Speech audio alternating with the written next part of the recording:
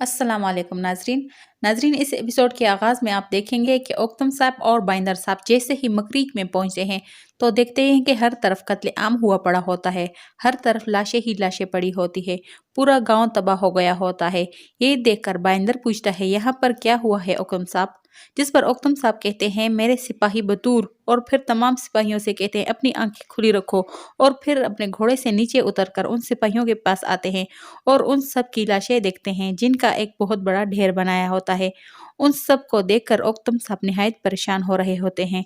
इसी दौरान ओलूफ और इसके तमाम सिपाही बाहर आ जाते हैं और इनके सामने आकर खड़े हो जाते हैं और फिर ओलूफ कहता है, तुम यहाँ पर इंतकाम लेने आए हो? जिस पर ओक्तम साहब अपनी तलवार निकाल लेते हैं और कहते हैं, अगर तुम ही हो जिसने मेरे सिपाहियों के साथ ये किया है तो मैं तुम्हारी जान लेने आया हूँ। ये देखकर तमाम सिपाही अपनी अपनी तलवारें निकाल लेते हैं। ओलूफ पूछता है, क्या तुमने इन लाशों को गांव पर हमला करने का हुक्म दिया था? ये सुनकर ओक्तम साहब कहते हैं, कौन सा हुक्म, कमीने? और गुस्से से ओलूफ की जानेब बढ़ने लगते हैं। तो फिर ओलूफ पूछता है, मैंने तो सिर्फ पूछा है, क्या तुमने गांव पर हमला करने का हुक्म दिया है? इसी दौरान बाइंदर आगे बढ़ते हैं और कहता है, ओक्तम साहब इसके बारे में कुछ नहीं जानते, अपनी तलवारें नायाम में रखो ताकि हम बात कर सके। जिस पर ओक्तम साहब कहते हैं, बात करने के लिए अब देर हो चुकी है, अब इंतकाम का वक्त है। ये सुनकर बाइंदर साहब भी अपनी तलवार निकालता है और कहता है, अगर करने को कुछ नहीं तो फिर हम भी अपनी तलवारें निकाल लेंगे, और सब एक दूसरे के जानिब बढ़ने लगते हैं। इसी दौरान तुर्गुत साहब आ जाते हैं और कहते हैं, ओक्तम साहब रुक जाएं, हुक्म के बगैर कार्रवाई करना संगीन गलती है, रुक जाए, ऐसा मत करे। ये सुनकर ओक्तम साहब कहते हैं, तुम हुक्म की बात करते हो, हुक्म इन शहीदों की माओं के आंसू है, क्या मैं इन पर रहम करूं? मैं इन पर कैसे रहम कर सकता हूं तुर्गुत साहब? फिर तुर्गुत साहब और दूसरे सिपाही अपने घोड़ों से नीचे उतरते हैं और ओक्तम साहब के पास आते हैं। तुर्गुत साहब ओक्तम साहब को पकड़ते हैं और रोकते हैं और कहते हैं, सब्र करें ओक्तम साहब, सब्र करें, पहले मामले को समझने और जानने की जरूरत है। जब बदला लेने का वक्त आएगा तो कसम खाता हूँ आप मुझे अपने साथ पाएंगे। इधर येनी शहर में एलचेचिक अपनी दुकान पर काम कर रही होती है। इसी दौरान अख्तमूर भी वहीं आ जाता है। अख्तमूर घोड़े से उतरकर एलचेचिक को देखता रहता है। इसी दौरान ओल्जन खातून वहां आ जाती है और कहती है, कहाँ थे अख्तमूर साहब, मैं आपको ढूंढ रही थी। इस पर अख्तमूर पूछता है, खैर हो, क्या कोई बात है, क्या उसने कुछ कहा है? ओल्जन खातून कहती है, हाँ, एक अच्छी खबर है। फिर ओल्जन खातून कहती है, आपको खुशखबरी सुनाऊंगी तो आप मुझे क्या देंगे? अख्तमूर कहता है, जो आप लेना चाहें, मुझे जल्दी बताए कि उसने क्या कहा है। जिस पर ओल्जन खातून कहती है, उसकी जिंदगी में कोई नहीं है, लेकिन वो एक बहादुर खातून है और वो एक बहादुर शोहर चाहती है। ये सुनकर अख्तमूर निहायत खुश होता है और फिर उलझन खातून कहती है, आपसे ज्यादा बहादुर शोहर उसे नहीं मिल सकता। जिस पर अख्तमूर कहता है, जी बिल्कुल ऐसा ही है, और वो एलचेचिक की जानिब देखता है। अगले सीन में बाला, आयशा और बेंगे खातून मार्ता की दुकान पर कपड़े देख रही होती है। नाजरीन याद रखें कि मार्ता फरीक है जो उलूफ की साथी है, बेस बदल कर यहाँ आई है। बाला बेंगे से कहती है, ये मार्ता है, ये मुख्तलिफ इलाकों से कपड़ा लाती है। जिस पर बेंगे कहती है, ये कपड़े पहले यहाँ पर मौजूद नहीं थे, ये बहुत खूबसूरत है। मार्ता एलचेचिक का जहेज हम तुमसे खरीदेंगे। मार्ता कहती है, मैं और मेरे कपड़े आपकी खिदमत में हाजिर है बेंगे खातून। इसी दौरान एक सिपाही आता है और बताता है, मकरी गांव पर हमला हुआ है, तुर्कों ने मकरी गांव पर हमला किया है। ये सुनकर बाला और बेंगे परेशान होती है और बाला कहती है, तुर्कों ने ये कैसे हो सकता है? फिर कहते हैं, तुर्गत साहब को खबर कर दो। बाला और खवातीन वहां से रवाना हो जाती है। पीछे एलचेचिक और बेंगे खातून परेशान होती है। बेंगी कहती है, एलचेचिक वो क्या कह रहा था? बतूर, मेरा भाई बतूर, वो भी वहां पर था, ओक्तम साहब को फौरन खबर भेज दो। जिस पे एलचेचिक कहती है, ये कैसे हो सकता है? मेरे मामू बतूर का फर्ज है कि वो ईसाइयों की हिफाजत करे। ये सुनकर अख्तमूर कहता है कि हमारे दरमियान में अमन का मुआहिदा हुआ है, कोई भी तुर्क उस्मान साहब की नाफरमानी नहीं कर सकेगा, वो मकरी पर हमला नहीं करेगा, डरे ना, कुछ और ही होगा। ये कहकर अख्तमूर भी वहां से रवाना हो जाता है। पीछे से बेंगे एलचेचिक से कहती है, चलो कबीले चलते हैं।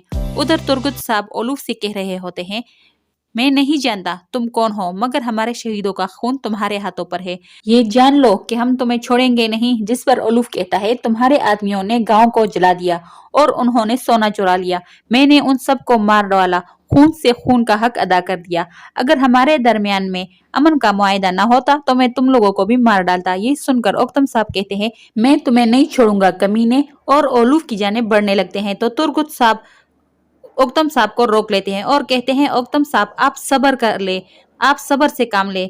मैंने भी अपने कबीले को खोया है, मेरे भी बहुत सारे लोग शहीद हुए हैं, लेकिन मैंने सब्र किया है। फिर बाइंदर साहब तुर्गुत साहब से कहते हैं, तुर्गुत साहब ये तमाम शहीद लोग इस मौत के मुस्तहिक नहीं थे, हम अपने शहीदों को अपने साथ लेकर जाएंगे। जिस पर ओलूफ कहता है, तुम खुशकिस्मत हो जो मैंने तुम्हें नहीं मारा, इन लाशों को लेने के लिए तुम्हारा सरदार उस्मान खुद लेने आएगा।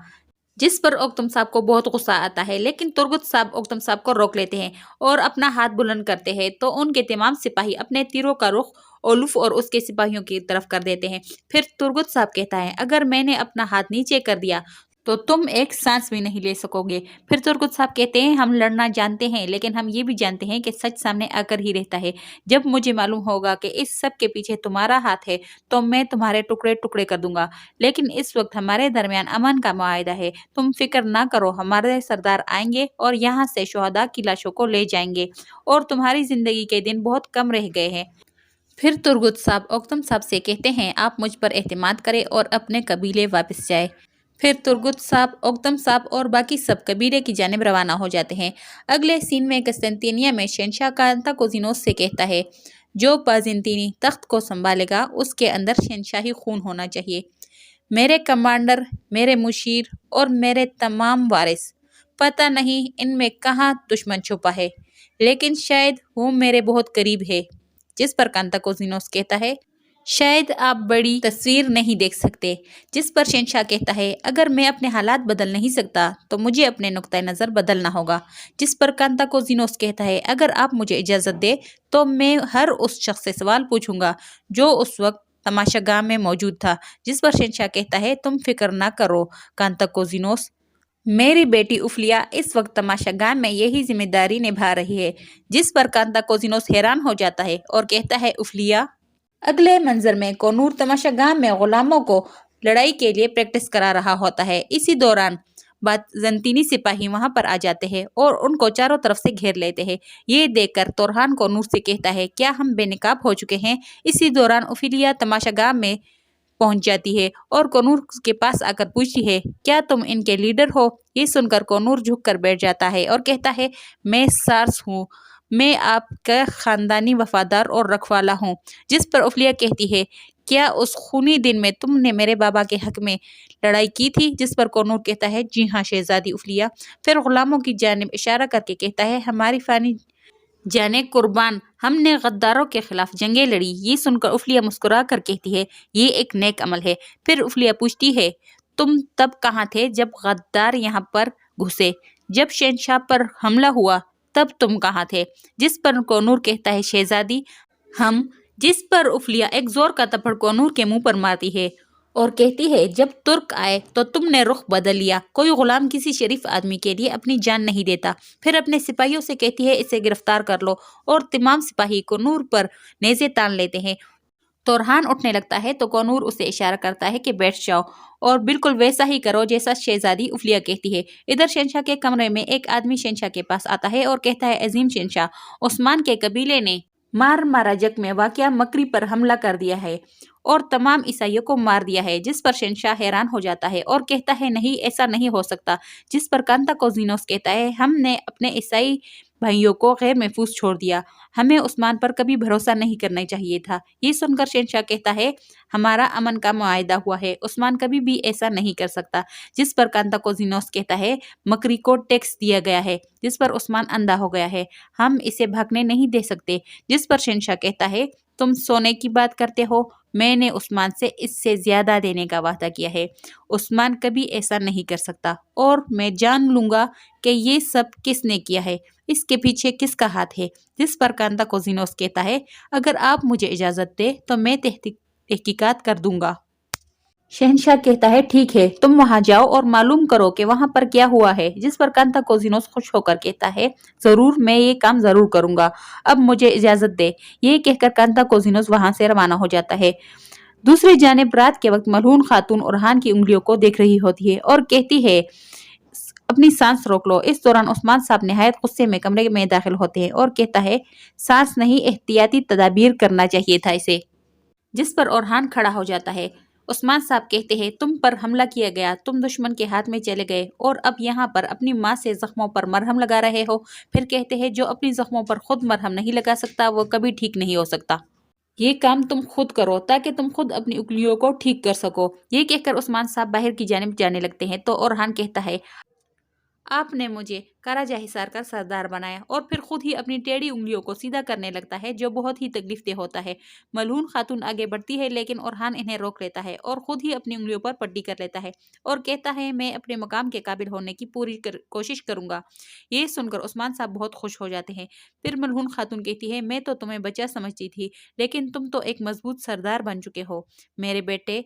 फिर ओरहान कहता है, मेरा मकसद सिर्फ उस्मान साहब का लायक बेटा बनना है। जिस पर उस्मान साहब कहते हैं, बेहतर ये नहीं कि तुम मेरे लायक बेटे बन जाओ, बल्कि बेहतर ये है कि तुम अल्लाह के लायक बन जाओ।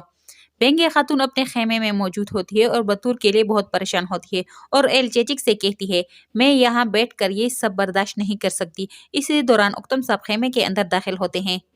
बेंगे खातून कहती है, उक्तम साहब खुश आमदेद, बतूर कहाँ है? फिर कहती है, बतूर ज़रूर भूखा होगा, वो काफरों के साथ लड़ते लड़ते थक गया होगा, मैं इसका इस्तकबाल करूंगी और बाहर की जानिब भागने लगती है तो उक्तम साहब बेंगे को पकड़ लेते हैं और कहते हैं, रुक जाओ, बतूर नहीं आएगा, वो कभी नहीं आएगा, वो शहादत पा गया है। ये सुनकर एलचेचे घुटनों के बल गिर जाती है और बेंगे खातून बिल्कुल सुन हो जाती है और बाहर की जानिब रवाना हो जाती है। जिस पर उक्तम साहब कहते हैं, हम उसकी लाश नहीं ला सके। जिस पर बेंगे इंतहाई गुस्से में कहती है, मेरा भाई कहाँ है उक्तम साहब? जिस पर उक्तम साहब कहते हैं, मैं उसे ले आऊंगा। बेंगे खातून कहती है, आप उसे जिंदा नहीं ला सके लेकिन आप इसकी लाश भी नहीं ला सके और आपने उसकी लाश को उन कमीनों के पास छोड़ दिया। और उक्तम साहब का तलवार निकालकर जमीन पर फेंक देती है और कहती है, आपने इसका बोझ क्यों उठाया हुआ है? दूसरी जानिब बाइंदर साहब अपने खेमे में मौजूद होते हैं। इसी दौरान उनका एक सिपाही अंदर दाखिल होता है। फिर बाइंदर पूछता है, बताओ हुसैन, क्या कुछ देखा और क्या कुछ सुना? जिस पर सिपाही बताता है, हजूर, काफिरों ने अचानक हमला किया और वे सिपाहियों के भेस में थे। पहले उन्होंने गांव के लोगों को मारा, फिर उन्होंने उक्तम साहब के सिपाहियों को मार डाला। ये सुनकर बाइंदर पूछता है, ये सब कुछ किसने किया? क्या तुमने उसे देखा? जिस पर वो सिपाही बताता है, ओलूफ, उसका नाम ओलूफ है हजूर।